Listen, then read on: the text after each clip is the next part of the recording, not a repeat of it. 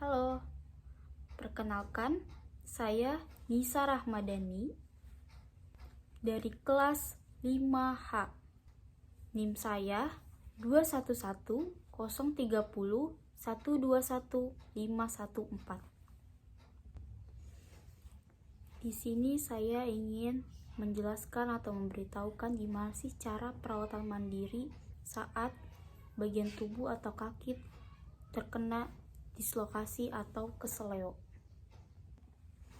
Siapa yang sering terjadi dislokasi atau biasa kita sebut dengan keseleo? Nah, di sini parah banget bila kalian tidak diatasi secara langsung.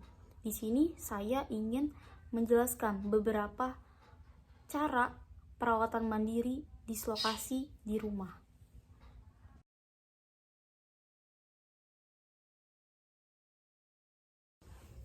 Dislokasi adalah istilah medis yang merujuk pada kondisi di mana tulang di sendi tidak lagi berada posisi normalnya, atau biasa kita sebut dengan keseleo.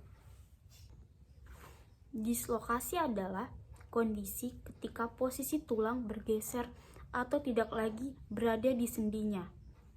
Kondisi ini dapat terjadi di bagian sendi di mana saja, namun yang paling sering terjadi di bagian bahu dan jari. Tidak dapat kemungkinan juga sering terjadi di kaki.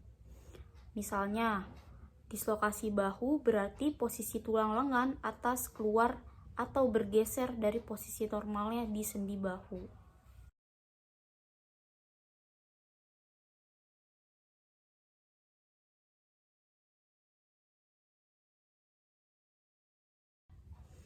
Yang pertama,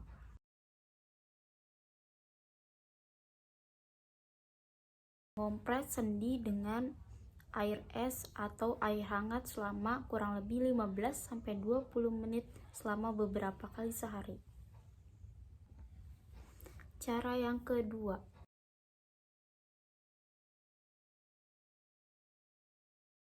mengistirahatkan sendi yang mengalami dislokasi. Kalian bisa nih coba cara kedua ini. Jangan melakukan pergerakan apapun terlebih dahulu.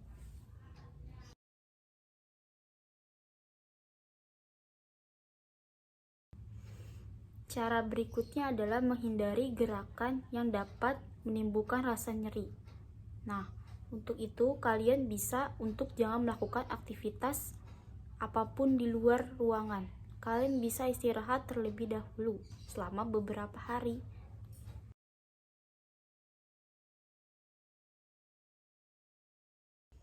Lalu ada cara lain nih, yaitu melatih sendi dengan gerakan-gerakan ringan dan dilakukan secara perlahan.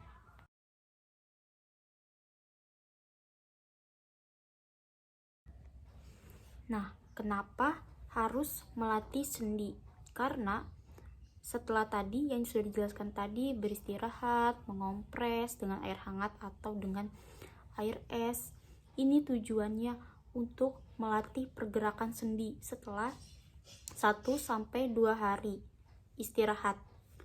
Coba mulai dengan melakukan latihan-latihan ringan secara perlahan untuk menjaga normal sendi.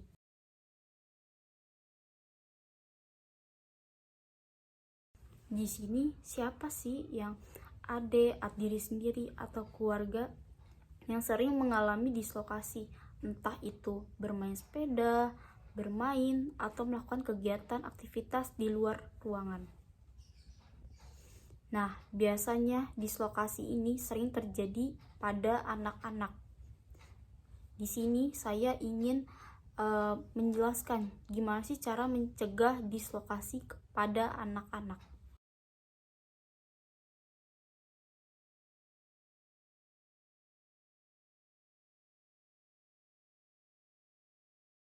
Yang pertama, pastikan sebisa mungkin tidak ada barang atau area di rumah yang dapat menyebabkan anak cedera. Di sini, siapa yang suka meletakkan barang sembarangan yang dapat menyebabkan anak atau adik keseleo? Itu sangat berbahaya ya.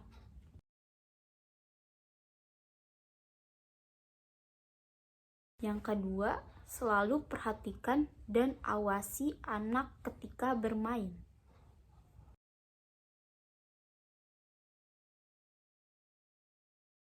Lalu yang ketiga, ajari anak perilaku aman ketika beraktivitas atau bermain.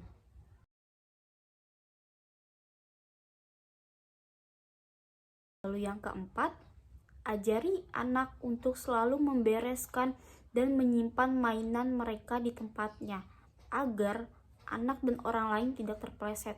Ini seringkali terjadi, apalagi mainan yang berserakan di lantai dan tidak dibereskan. Itu dapat menyebabkan kaki atau orang lain terpeleset dan menyebabkan dislokasi.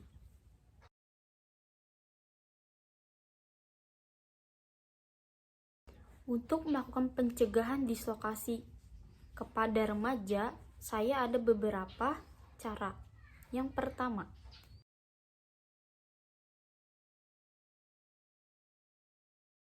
selalu berhati-hati dan waspada saat beraktivitas.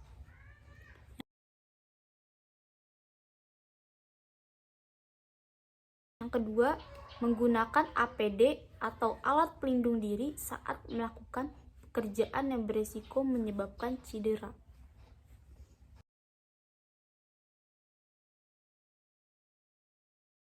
Yang ketiga, hindari berdiri atau berjalan di tempat yang tidak stabil.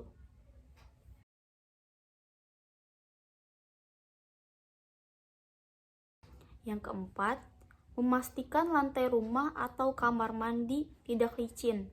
Dan di sini kalian juga harus berhati-hati untuk tidak terburu-buru ketika ada lantai licin.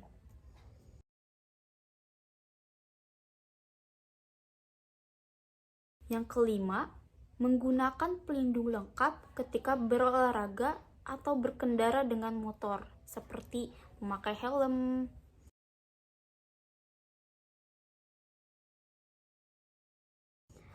Dan yang terakhir, rutin berolahraga untuk menjaga kekuatan dan keseimbangan otot.